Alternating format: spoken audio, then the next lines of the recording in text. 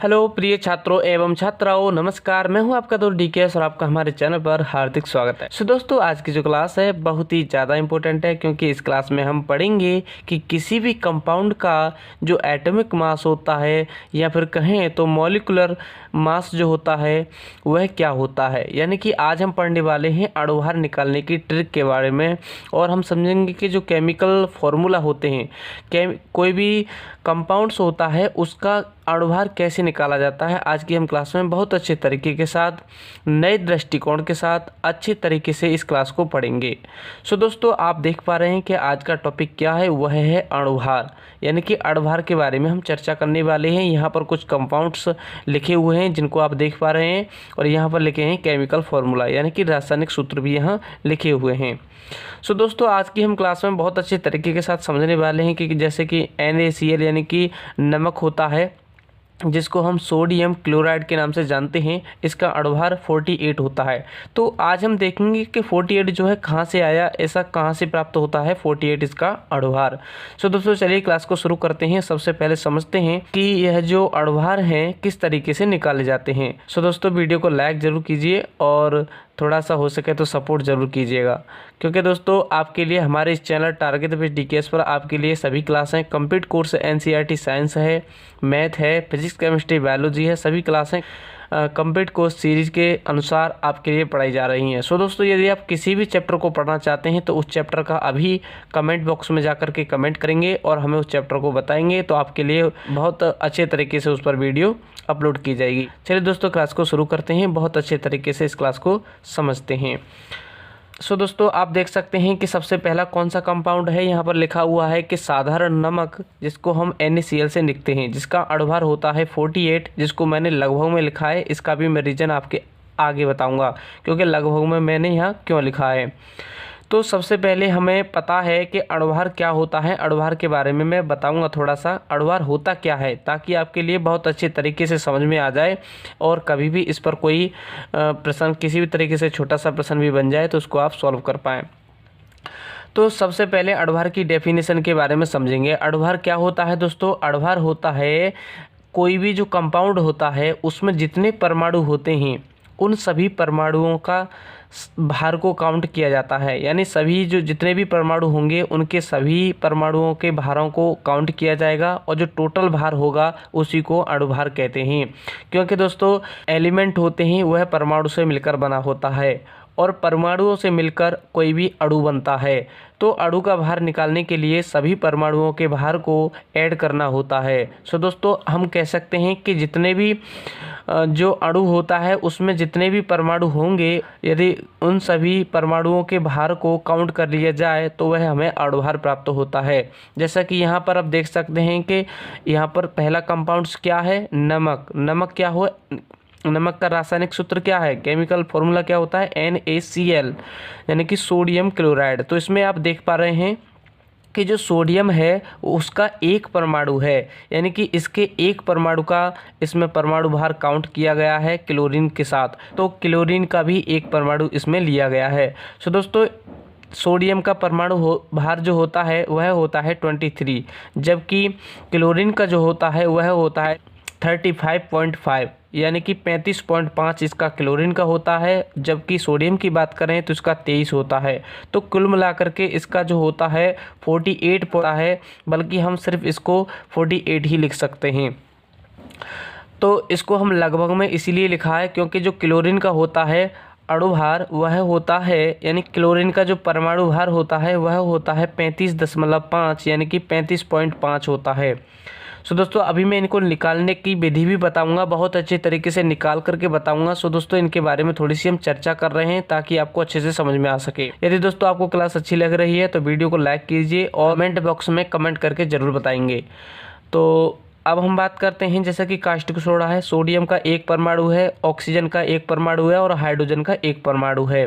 तो इन सभी परमाणुओं के परमाणु भार को हम ऐड करेंगे और हमें मिलेगा, तो हमें जो टोटल है वह हमें अणुभार प्राप्त हो जाएगा। अब हम बात करते हैं धावन सोडा, जिसको हम Na2CO3 इन पॉइंट लिखा है, जिसको हम इंटू भी पढ़ते हैं 10H2O, यानी जल के 10 अणु इसमें जुड़े हुए होते हैं। इसी कारण इसका जो अणुभार होता है 286, इसका होता है अणुभार जो है।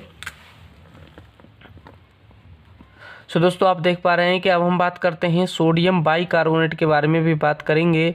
अब सबसे पहले हम बात करते हैं दोस्तों कि धावन सोडा।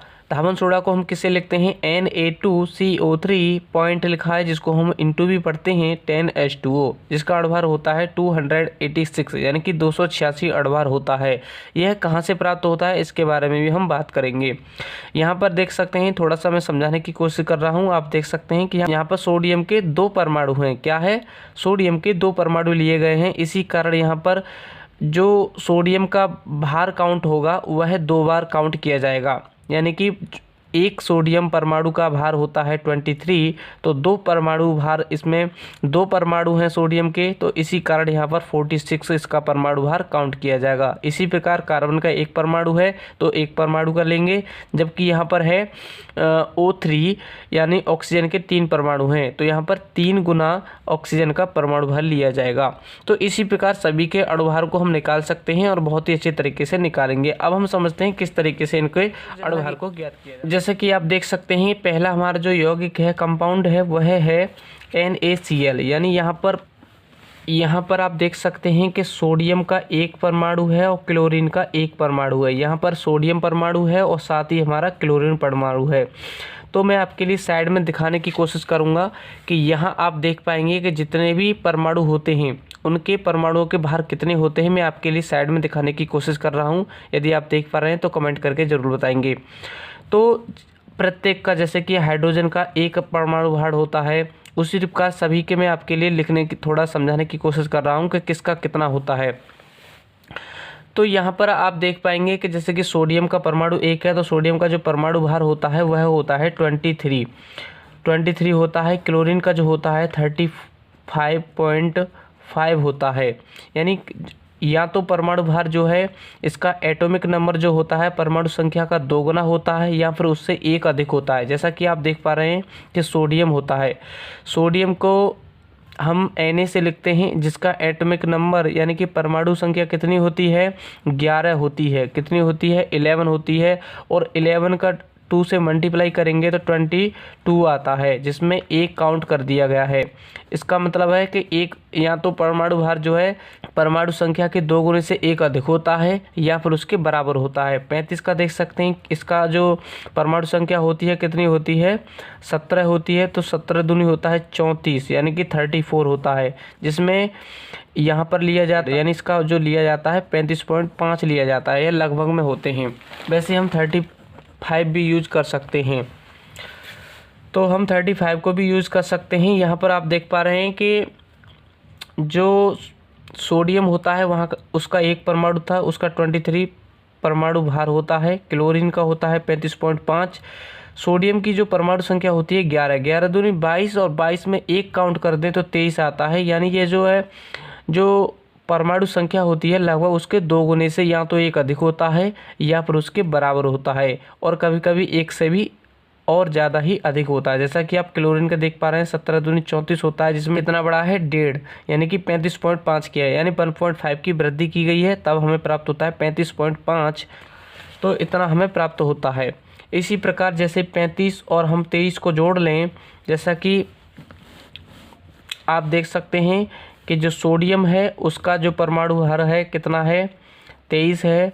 और यहाँ पर क्लोरीन देख पा रहे हैं, इसका होता है 35.5। तो इन दोनों को काउंट किया जाता है तो 48.5 होता है, या फिर हम 48 भी इसका ले सकते हैं। इसी कारण मैंने यहाँ पर लगभग लिखा था।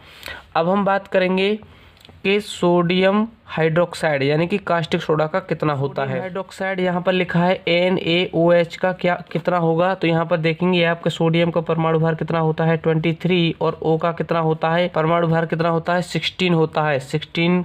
तो इसका प्लस में 16 कर लेंगे, साथ ही हाइड्रोजन का होता है 1, तो इनको काउंट किया जाए तो कितना हो जाता है 40। तो यहाँ पर हमने 40 ही लिखा है, क्योंकि इसका परमाणु भार होता है 23, ऑक्सीजन का एक परमाणु है वहाँ पर होता है 16 और हाइड्रोजन का होता है 1 परमाणु भार। यदि इनको काउंट किया जाए तो टोटल अणुभार हमें प्राप्त होता है।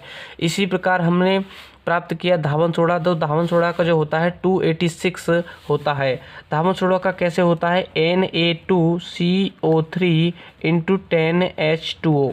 तो यहाँ पर आप देख पा रहे हैं सोडियम के 2 अणु हैं, तो 2 अणु का मतलब है 23 × 2 प्लस, यानी इसके सोडियम के 2 अणु हैं, इसी कारण हमने 2 बार दो परमाणुओं का भार लिया है।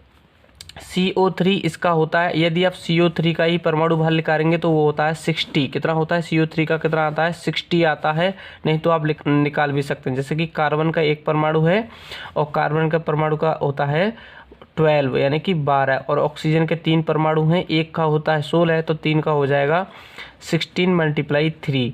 और यहाँ पर आप देख पा रहे हैं प्लस जल के कितने अणु हैं, यहाँ पर 10 अणु हैं, तो 10 से गुणा होगा, और जल के हाइड्रोजन का 2 परमाणु हैं, तो जल के 10 अणु हैं, इसी कारण मैंने 10 से गुणा किया है। और पहले एक जल अणु जल का निकालते हैं। जल का कितना होता है 2 × 1, क्योंकि हाइड्रोजन का एक होता है, यहाँ पर हाइड्रोजन के 2 परमाणु हैं।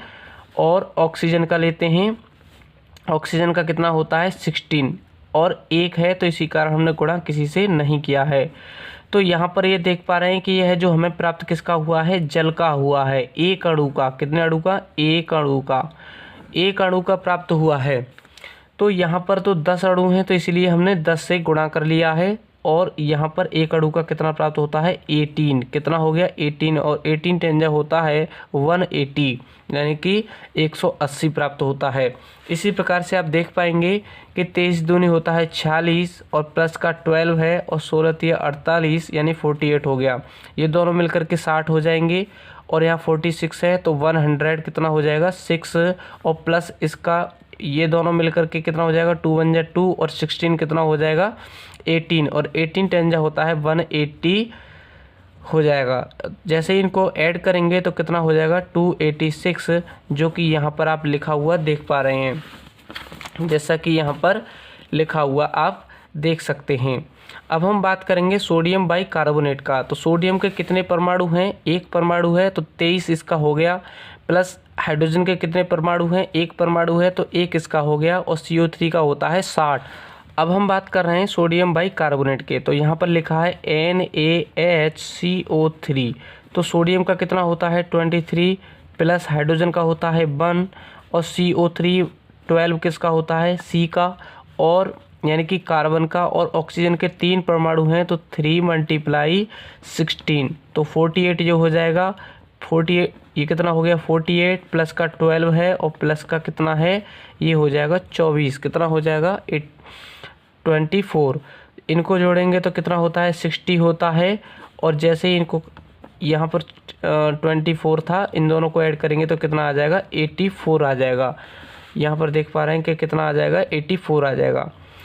आप इसको भी याद रखेंगे कि CO3 का जो होता है कितना होता है 60 निकलता है। कितना निकलता है 60 अणुभार निकलता है CO3 का, क्योंकि 12 होता है C का, यानी कार्बन का परमाणु भार कितना होता है 12, और ऑक्सीजन का 16 होता है, लेकिन ऑक्सीजन के 3 परमाणु हैं, इसी कारण 16 × 48 हो जाता है।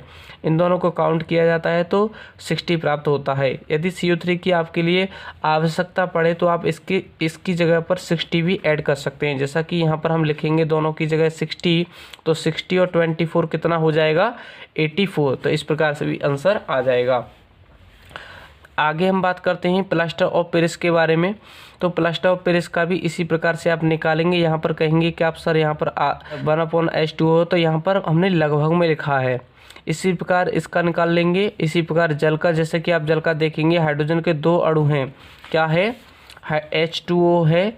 H2O के बारे में करते हैं, हाइड्रोजन के 2 अणु हैं, तो 2 × 1, यानी कि अणुभार हाइड्रोजन का कितना हो गया 1, और 2 से मल्टीप्लाई इसलिए क्योंकि यहाँ पर परमाणु 2 हैं हाइड्रोजन के, प्लस 16 × 1, यानी कि इसका परमाणु कितना है 1, तो 1 से गुणा कर लो, कितना हो जाएगा 2 + 16 = हो जाएगा 18।